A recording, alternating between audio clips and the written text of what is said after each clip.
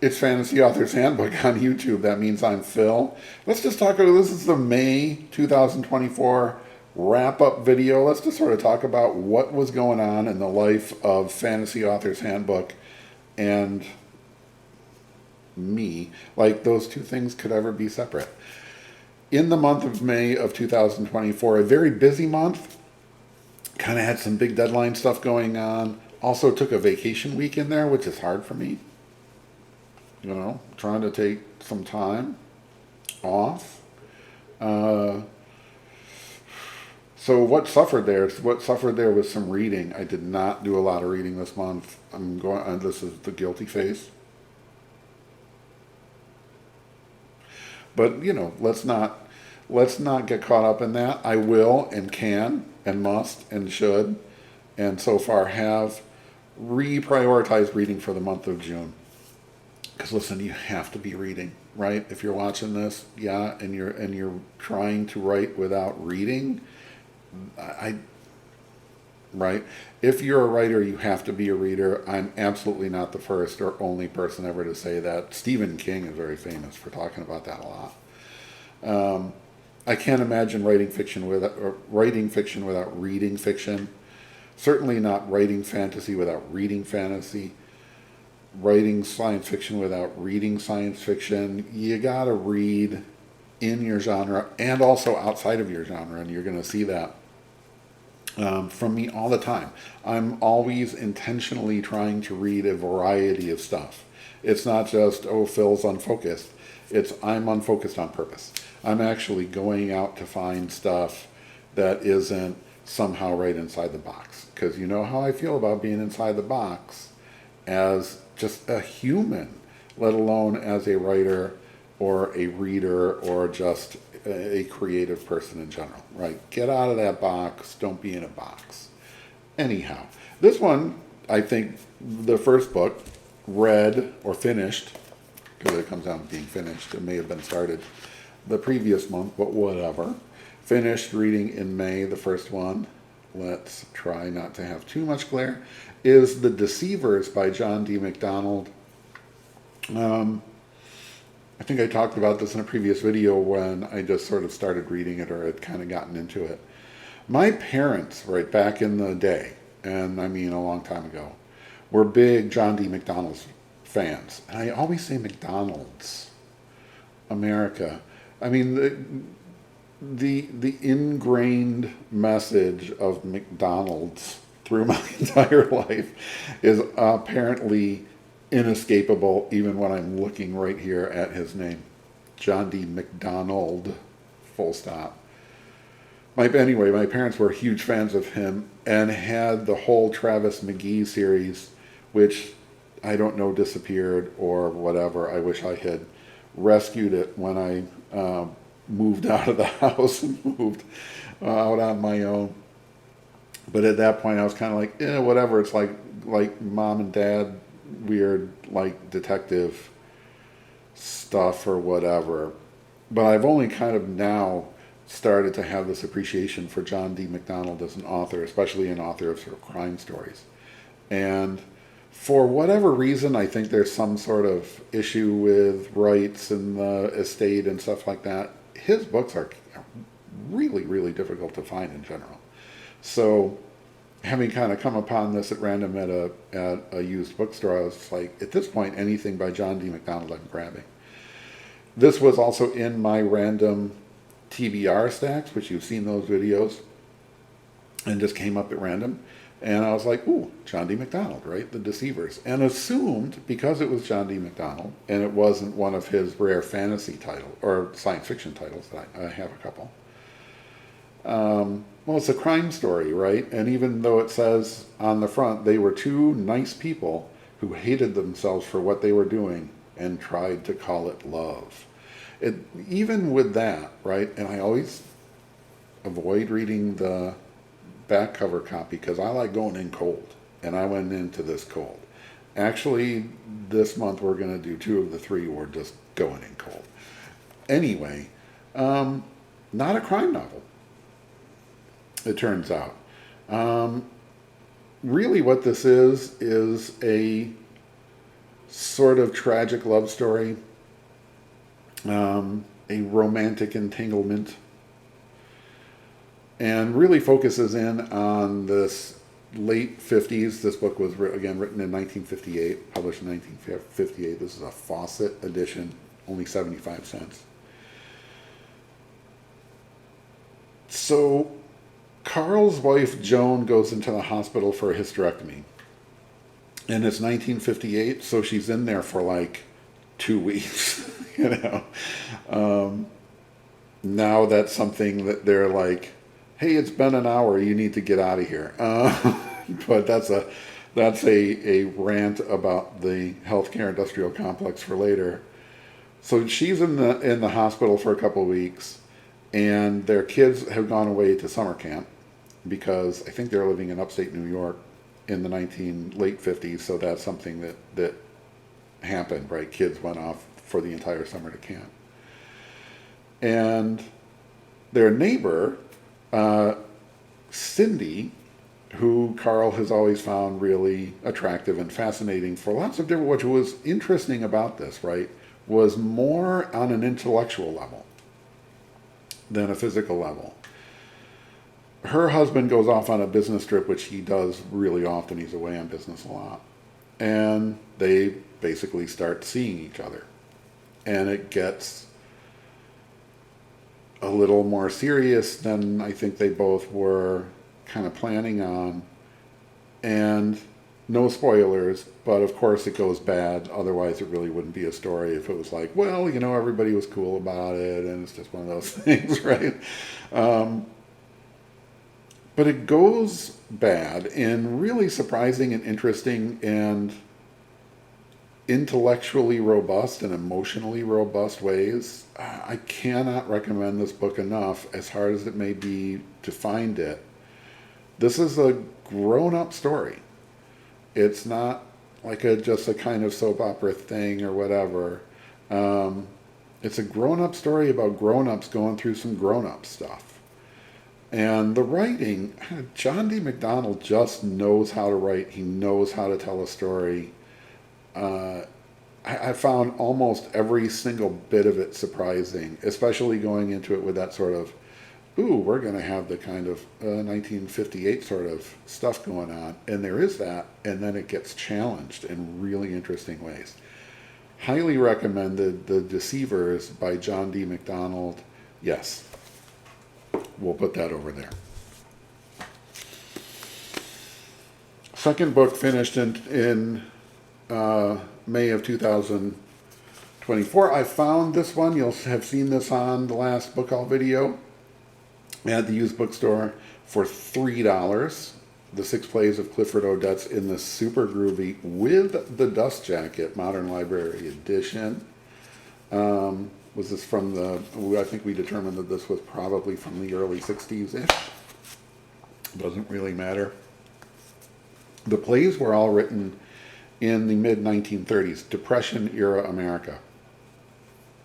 And in that period, before World War II started in earnest, or certainly before it started for the United States. And there's a lot about Hitler is in power in Germany already. The rise of fascism is something that people are definitely worried about, certainly that Odets was worried about. And we see something that I think a lot of people forget from the historical perspective of understanding what the country went through and what the world went through in World War II. And, you know, sort of what America looked like coming out of that. Is that in this, you know, the depths of the Depression, people in America were really feeling the pull in this competing gravity well between fascism on one side and communism on the other. And American communism is something that really has sort of gotten almost removed from the record. It was, yeah, the McCarthy thing was terrible. That went too far, and it ruined people who shouldn't have been ruined, and people shouldn't be ruined anyway. And it turns out that we won all of that. And then, of course, looking at it even from a greater perspective of, you know, the whole Soviet Union collapsed, and I don't think that communism really exists in the world anyway. anymore. So it's kind of hard to look back and understand that in America there was a sort of Marxist underground. And it wasn't necessarily even that far underground. Here was Clifford Odets writing plays that were performed in New York, at least, that were, at least the first couple in this book, were really pretty openly Marxist, where characters almost just kind of deliver a version of Marxist propaganda that I found just kind of fun and refreshing. I'm not personally like that level of left wing, but it was really surprising. And surprising for me is the greatest thing ever. I didn't really know Clifford Odets. I wasn't really familiar with his work at all. I have heard his name, obviously, sort of a playwright that's been out there. Just couldn't resist the artifact of the book and just thought, wow, this is, I mean, I've heard of Waiting for Lefty. I think if that's the Golden Boy, right, and it turned out to be that I knew of, this looks like it might be really cool. And I just decided, I'm just going to grab that. Rather than let it sit on my shelf, because I do that. I buy a book based on a recommendation or just randomly found somewhere. And like, oh, this is great. Put it on a shelf, and then 45 years later, it's still there. And I'm not actually exaggerating. But so I just thought, this is really interesting. What the heck? Read it, and I'm glad I did. And not just because, I got this kind of download of Marxist propaganda. It obviously goes way beyond that. And as the plays progress and you get to really the last two, that sort of Marxist message or communist message, left-wing message, starts to fall away, and it becomes more about sort of family dramas, and still really grounded in a difficult time for America, right? The Great Depression's raging. Families are struggling just to kind of basically make ends meet. Businesses that everyone depended on are falling apart, or have fallen apart. Fascinating stuff, beautifully written, and again, it's not just my love for the artifact itself, these beautiful old books, but a fascinating look back into a difficult and formative period for America. 6 plays of Clifford Odets. All these are out there in some way or another. It's not, oh no, now I have to go find this, 60-year-old book. But if you do find a copy of the 60-year-old book, it's actually pretty nice. Last but not least, or is it? I intend to write a full post on this at the blog, so look for more on Land of the Giants by Murray Leinster. So you do have to be a person of a certain amount of gray hair to even probably have heard of this, let alone have watched it. I was like 4 when this came out, but I definitely remember it from my earliest childhood as being one of those science fiction shows that I remember that was really cool and fun and great. And a few years ago, I don't remember exactly how long ago, not too long ago, I found it just kind of in the digital cable menu. One of the 10th tier basic cable channels was running it. And I was like, ooh, I'm setting my DVR, so I did. And they were really cool about playing the entire thing in order. And it was weird. It was kind of like going to the movies in the 30s, right? I just kind of came in at whatever episode and watched it all the way through, and then came back to the end and kept watching till where I came in. And so I've fairly recently gotten the entire Land of the Giants full download, the full binge. Well, it took a while because they were episodes I was recording, but you know what I mean. Anyway, this book kind of doesn't match up with the actual pilot episode that was aired, and then there of course was a pilot episode that didn't air, which was not at all unusual. I don't think it's even unusual now. There was a pilot episode, and I think the network was like, yeah, great, here's our notes, and then he went back and re-edited and added some stuff. And so out there on YouTube you'll be able to find this was the original pilot, this was the pilot that was aired, and you can watch those, whatever. Neither of them match up really to this book hardly at all. The premise is the same. So what did they do? They give Murray Leinster what? A very early script for some kind of movie that then was completely rethought for, or more or less entirely rethought for the actual pilot episode. Did he get some kind of like treatment that was like vaguely, here's the story, now go? As someone who has written a couple of video game novelizations based on Excel spreadsheets, I feel his pain. I don't know if that's what happened, or Murray just thought this script is dumb and boring. And anyway, a 1 hour teleplay does not make a full novel, even though this novel is very, very short. You can see, it's kind of compressed the way books at the time were. This is the cheap Pyramid science fiction edition. There's the back, if you care. But anyway, the premise of Land of the Giants is pretty simple. This kind of suborbital spaceship that they use for, long flights. This is going from Los Angeles to London, and supposedly gets there in 41 minutes, which would be super cool, But this kind of little weird-looking ship that's actually pretty groovy. I'm going to start putting pictures up here. It leaves, and now according to the novel, Ization-ish, there have been these space warps recorded, and a couple of these ships have disappeared. But everybody seems to be kind of like, meh, it happens. And so the crew and passengers of the Spindrift just kind of gleefully take off. Having heard that there's been a space warp sighted, just don't go too high and you should be fine. Anyway, they get caught up in the space warp and they end up on a planet where everybody is like 70 feet tall. Where the cars are giants, the building are giant, all the people are giant, and they're just like these little people running around. And it otherwise, again, it looks exactly like Earth. They fight like a cat tries to attack them, and it's just a giant cat. Really, really fun in terms of like this, we'll call it special effects. The sets and the props are like they would build like a giant telephone and giant pencils and stuff. And anyway, they get trapped on the Land of the Giants, and they're trying to figure out, how do we get out of here? In the novel, the Giants have some sort of weird like tractor beam technology that somehow interferes with their engines, but then the radio on the Spindrift interferes with the tractor beam, so they kind of fight each other. And then there's this whole thing where our little teeny Earthlings are like trying to warn the Giants that they're dangerous so that the Giants won't kill them, because Giants are like setting out traps and trying to trap them.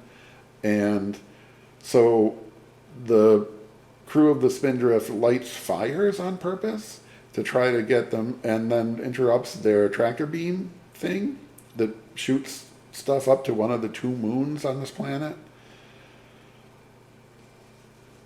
And just to basically say, don't mess with us because we're super dangerous, because we'll light fires and we'll make fires happen. None of that was in the movie at all, or in the TV series at all. So what do we do with Land of the Giants by Murray Leinster? I guess we just enjoy it as a groovy novel, sci-fi novel by Murray Leinster, oh so very loosely based on the Irwin Allen classic sci-fi TV show Land of the Giants. You're probably not going to read this. It's not one that I can recommend just in general to science fiction fans readers. It's very, very weird, made weirder if you have actually seen the show or care. Also, I found it just at a used bookstore and was like, oh my God, Land of the Giants. Had to buy it. I'm going to try to hold that up a little bit. Wounded Soldier here, but still readable. I don't know. I'm going to keep it because that's just the sort of nerd that I am. Land of the Giants. And that was it. That was sad. 3 books I'm getting all choked up. Finished in the month of May. That's not good. That's not good. That's not good. I'm going to have a drink of water, and I'm going to come back, and we're going to talk about what was on the blog. I'll see you in just a second. Okay, we're back.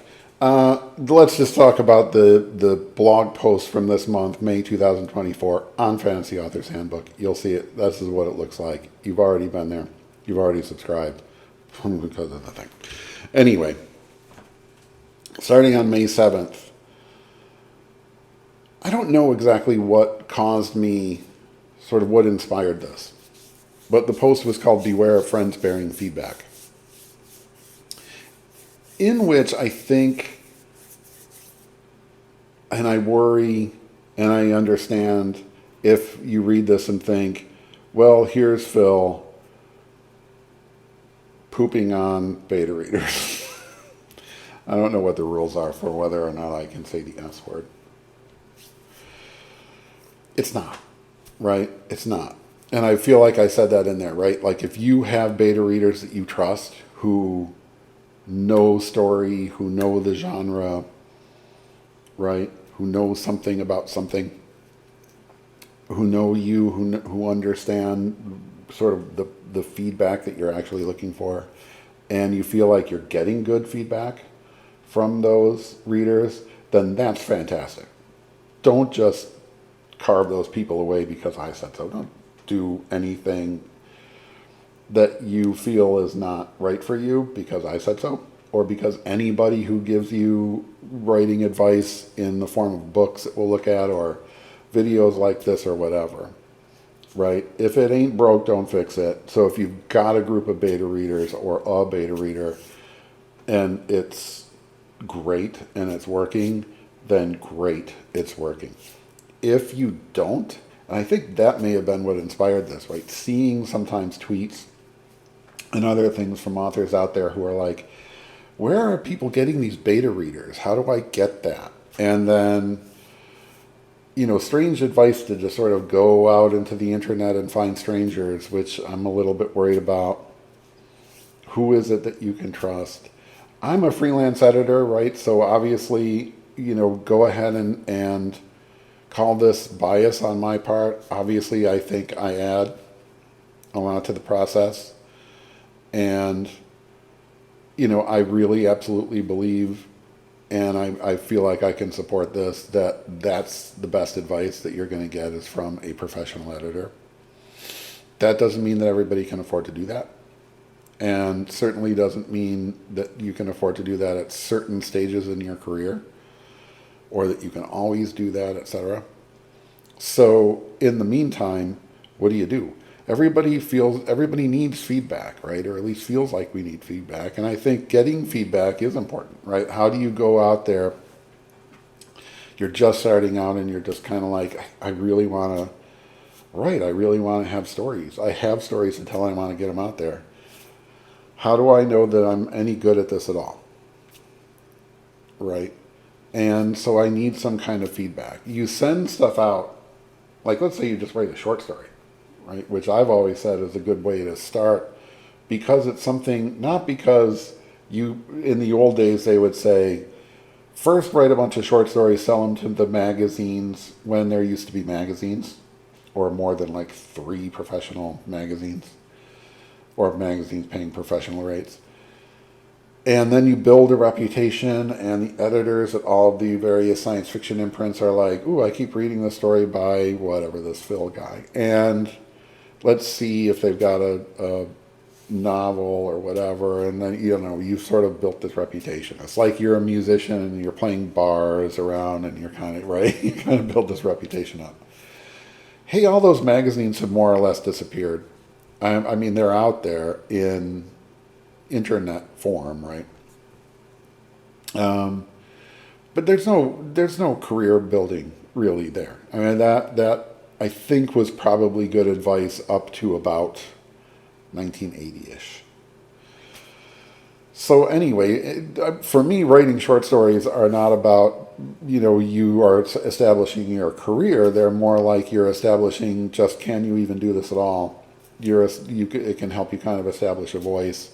And for me, the important thing, this is a little off topic, but the important thing about short stories is it gives you something that can be finished relatively soon, right? Even really, really soon. It's a very small amount of text that you can say, okay, I got a beginning, a middle, and end to this. Do I know how to tell a story at all? And then maybe we can expand that out into a much bigger and more complex novel, right? So anyway, let's say you're doing that. I wrote the short story. I'm going to send it to whoever, Asimov's or somebody like that. And, oh, we read your story. No thanks. It doesn't work for us. And that's about all you're going to get. You're not going to get an edit. You're not going to get some kind of, robust critique on that short story. So there's no feedback. Say and even this is true of novels. I've written my novel. I'm going through this crazy query process that can just destroy everybody. And you're just getting, thanks for sending that. It didn't work for us. No thanks. No thanks. No. Thank you, but no. Good luck with that, but no. And again, you're not getting an edit. And how can you expect that? You're not getting, some sort of page-long or pages-long critique that says this is exactly what you did right, this is exactly what you did wrong, and here's how to fix it. You're not going to really get that for free from any sort of professional. But so then you're stuck out there, right? You're like, well, how do I know that this is any good? Do you kind of give it then to your friends who don't want to be like, yeah, this sucks, right? They're just not going to want to do that. And then if they do say, yeah, I don't know, it didn't work, do you have friends who are capable of saying exactly why and really explaining exactly why, and then giving you any kind of actionable advice? So this is where I feel like it needed work, and here's what you can do to fix that. A professional editor is going to do that, an agent's going to do that, but will your friends be able to do that? And again, if indeed you have a friend like that, keep that friend close. That's a good friend. That's the beta reader that you want. In the post, too, I kind of quoted that still, for me, forgotten screenwriter who described the focus group. And not that beta readers are a focus group, but are they kind of ish? Could you say that they are? But anyway, described that as the uninformed reporting on the unknowable to the unimaginative. Now that sounded terribly accusatory of not just your beta readers, but of you, right? Nobody watching this is unimaginative. Nobody who wrote anything is unimaginative. If you wrote a fantasy story, a novel, science fiction, romance, whatever, you're not unimaginative, right? So, but I did quote from Story Trumps Structure. This is a book that I recommend for sure. Yeah, Stephen James said, I can't think of any other field in which people who aren't experts critique other people who aren't experts in the hope of everyone becoming an expert. And again, that's another one that feels like, oh, these paid experts want to be the only experts out there. And again, not necessarily 100% true, but a big percentage true, right? So the word beware starts the thing off, right? This is what I'm asking you to do. Just be careful out there, right? Get a sense of the person who's reading that and really be honest with yourself about being honest about the degree to which that person is being honest with you. Does that person really know what they're talking about? And no matter what, if somebody, including me, of course, right, says, this is something that I think you should work on, you should change this, and here's how, and you just think I'm wrong, or you believe that I'm wrong, or you disagree with me, this is your book. It's not my book. It's not your agent's book. It's not Del Rey's book, right? It's your book. And in the end, you decide, right? no author that I work with is an employee of mine. It's the other way around, right? Advice from me is the best I can give you, right? But it's entirely up to you of that to take and how to take it and what to do in the end, right? So just be careful out there about the advice that you're getting. And maybe calm down a little bit about how much feedback you actually need. Maybe you don't need any. Maybe you nailed it. I don't know, right? That's actually possible, everybody. It's possible to just nail it. All right. Let's move on from that to maybe something that's even more controversial. You know, and I'm not the guy who goes out looking for controversy. I don't get in fights on the internet. I don't. Whether or not this one will end up causing one, I hope it doesn't. But we need to talk about boys reading. And on May 14th, the title of it was Romantasy, Science Fiction and the Publishing Gender Gap. And this started with a video from Outlaw Bookseller, really talking about romantasy, and it was, is romantasy killing science fiction? And he made a case for that being the case, which in the comments there I said, no, that's not necessarily true. And countered with, science fiction isn't being forced out by romantasy. Science fiction is still there, first of all. It never really was the big best-selling genre. And it is suffering from a lack of male readers. Because, again, his video did tend to be very gendered, right? That women are reading books written by women that appeal mostly to women. And now there are far fewer men both being published and then buying and reading books. The question about this for me is, who's the dog and who's the tail, right? Is the dog wagging the tail or is the tail wagging the dog?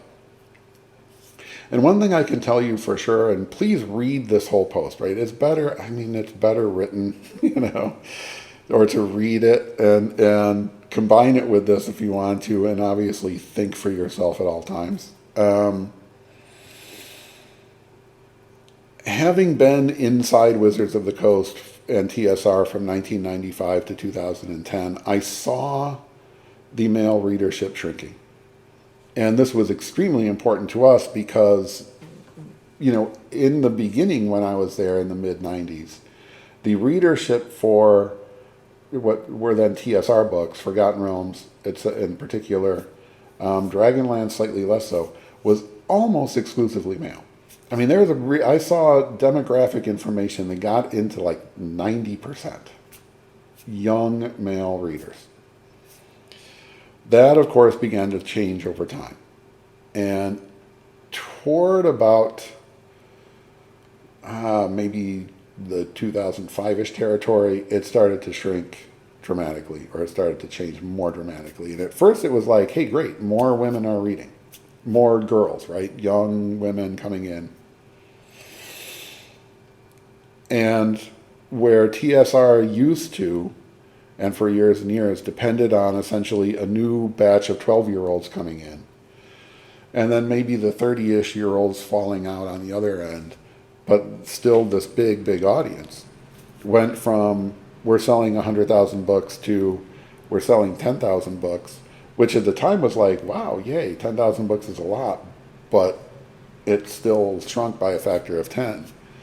What was happening there? And what was happening there was, really, 2 whole generations of boys started playing video games really, really early, didn't get caught by the reading bug at all, and just didn't read.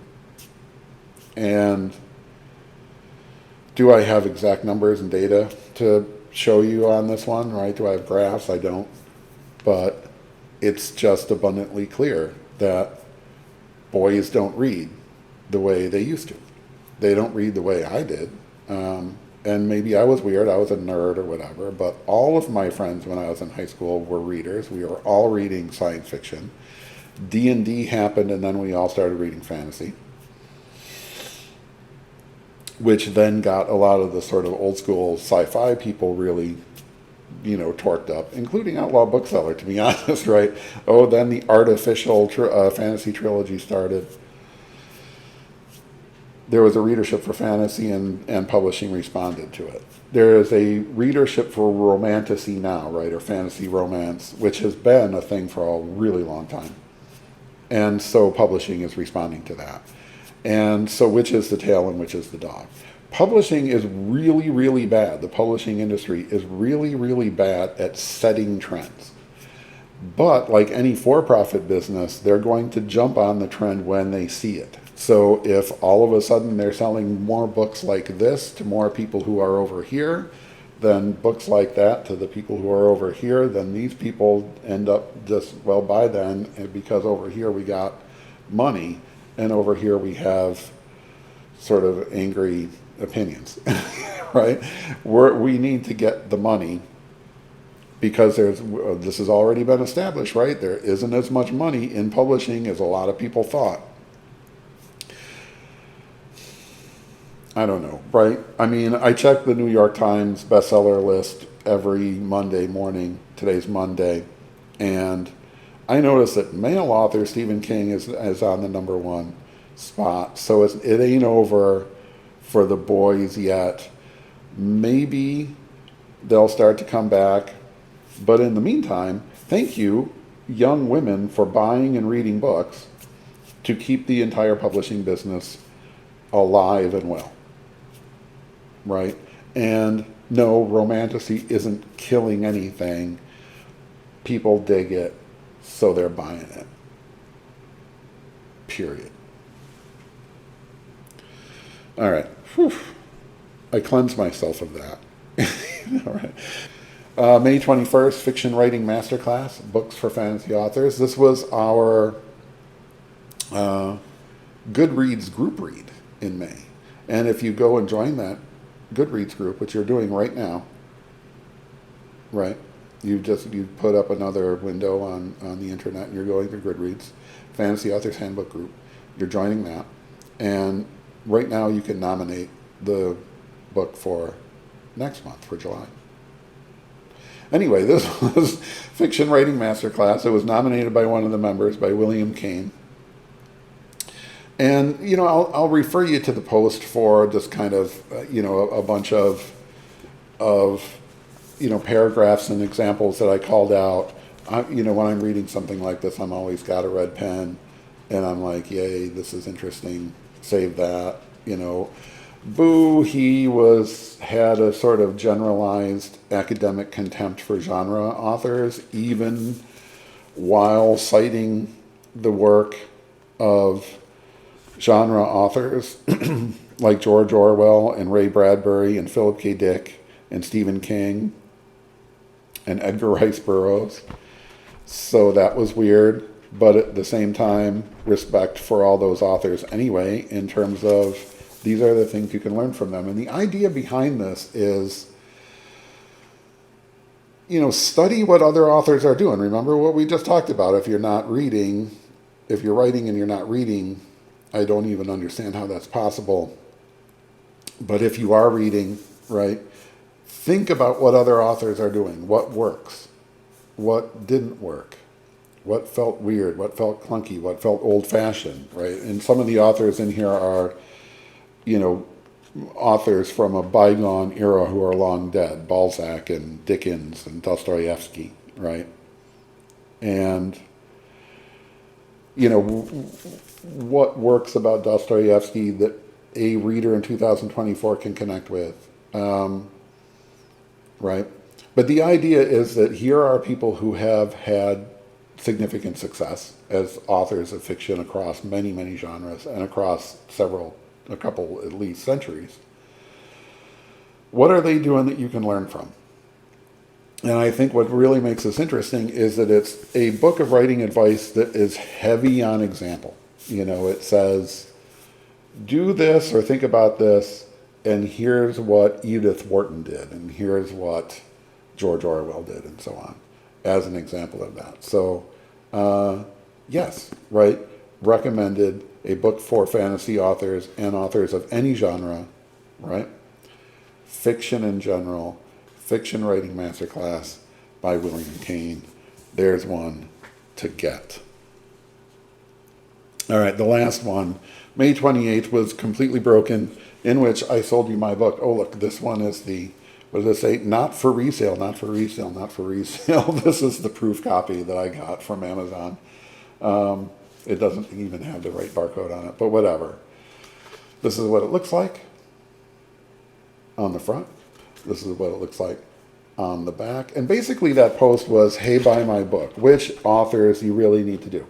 And I know that there's this sort of still out there, this kind of, ew, shameless self-promotion and commercialism, and you should just be giving that away for free and then just sending psychic vibrations out into the world so that somehow people are just infused with the knowledge that your book exists at all, which is obviously insane. So if you have published a book, tell people about it. If you have a YouTube channel, hold it up like this and go, hey, I wrote Completely Broken and you should buy it. It's now available in paperback and Kindle from Amazon. But also the post kind of, didn't just stop there, and it wasn't entirely a commercial.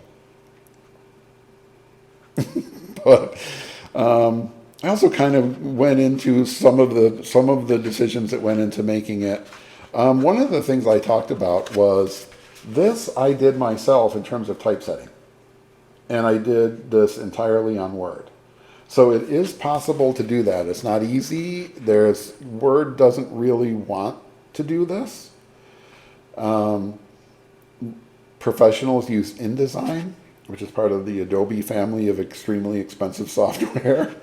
And I've tried to use it before. I've even taken like real tutorials from people who know what they're doing, like a classroom setting, and it just bounces off my skull. It's hard. And it's a sort of, do I have the time to master that as an entirely separate skill? Do I have the money to pay somebody to do it? If you do, then okay, right? But otherwise, this looks good to me. And I'm very picky about that. I'm very picky about that. I also refer back to a post that I did, several years ago that was sort of typesetting basics for print on demand in particular. Obviously, ebooks, you just kind of go, blah, here's some text, and then the ebook kind of makes it what it looks like, right? It's a sort of a Kindle book. And then, of course, end users are making it bigger and smaller and doing what they need to do to read it. But a print book has rules, right? How do you know what those rules are? Well, the easy way is to find a book published by a major publisher, whether in your genre or not, but definitely if you're writing fiction, get a novel. And look what they're doing, right? They're doing stuff like justified margins. Yeah. Because Word is really difficult with the running heads, that you really need for a book, I just go ahead and put this down there on the bottom, and I give it, whatever, some kind of little flair I can. But otherwise, it's there, right? I've always hated the idea of not having a page number on chapter opening pages. That really bugs me. So I just left it there. But it should not be on blank pages, and there is actually a way to suppress those in Word. Note that I did just that, right? So I opted for chapters starting on the right-hand page, or recto page, if you really know what you're talking about with books. Right, so the chapter ends here, and then the next chapter begins on the right-hand page, right, which is always the odd-numbered page. Again, this is a choice that I made, a design choice. There is no rule that says that a chapter can't start here. And if you have a copy, and I know you do because you got to buy a copy of the Best of Fantasy Authors Handbook, you'll find that chapters just run into each other because, and it's perfectly fine to do that. If somebody tells you that that's a rule or your book sucks because you didn't do that, it's just not true. And you will find books all over the place that don't, force blank pages throughout. But anyway, there are ways to make those blank pages happen in Word. You just got to force your way through doing it. And, maybe some kind of a tutorial next time that kind of shows exactly what I'm doing, which frankly I have to relearn like every time, But just some basic things, right? This has a very specific little weird teaser page that I did, right? It's got some, sort of bio there that I did in this form. That can be at the end if you want. Doing some little groovy fun stuff for the title page. It's got a proper legal page, right? So the copyright. It's got my fun little, this is a work of fiction, kind of not really, but sort of trigger warning thing. Trigger warning would be basically everything in this one. This is a horror novel. And there was no self-censorship on this one. I'm just going to say that, right? It gets there. It goes there, and it stays there until the very end. So, right, if you like horror and you're not scared of stuff, or you're not actually hurt by stuff, here you go. Otherwise, proceed with caution. It is definitely not a book for kids. Anyway, so right, do I respect the indie author community? I'm one of you. We are one in this together, all for one and one for all. The indie published author, completely broken, by me. It's on Amazon. Follow all the links and buy it. Because I got this trip to Vegas coming up in July, and I could use a couple, 2-3 extra potatoes. And that's it. Next up will be a book haul video, because I did buy some books in May. And having only finished reading 3, you're going to kind of get a sense of how many more books are coming into Phil's life than are actually being read on a given month. No. I buy books, is what I do. All right, everybody, I'm going to see you again soon. With the book haul, there's some cool stuff in there. I like some cool stuff in there. Thanks for watching. This was longer than I wanted it to be. They always are.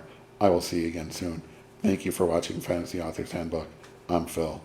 We'll be back. And always a new post every Tuesday.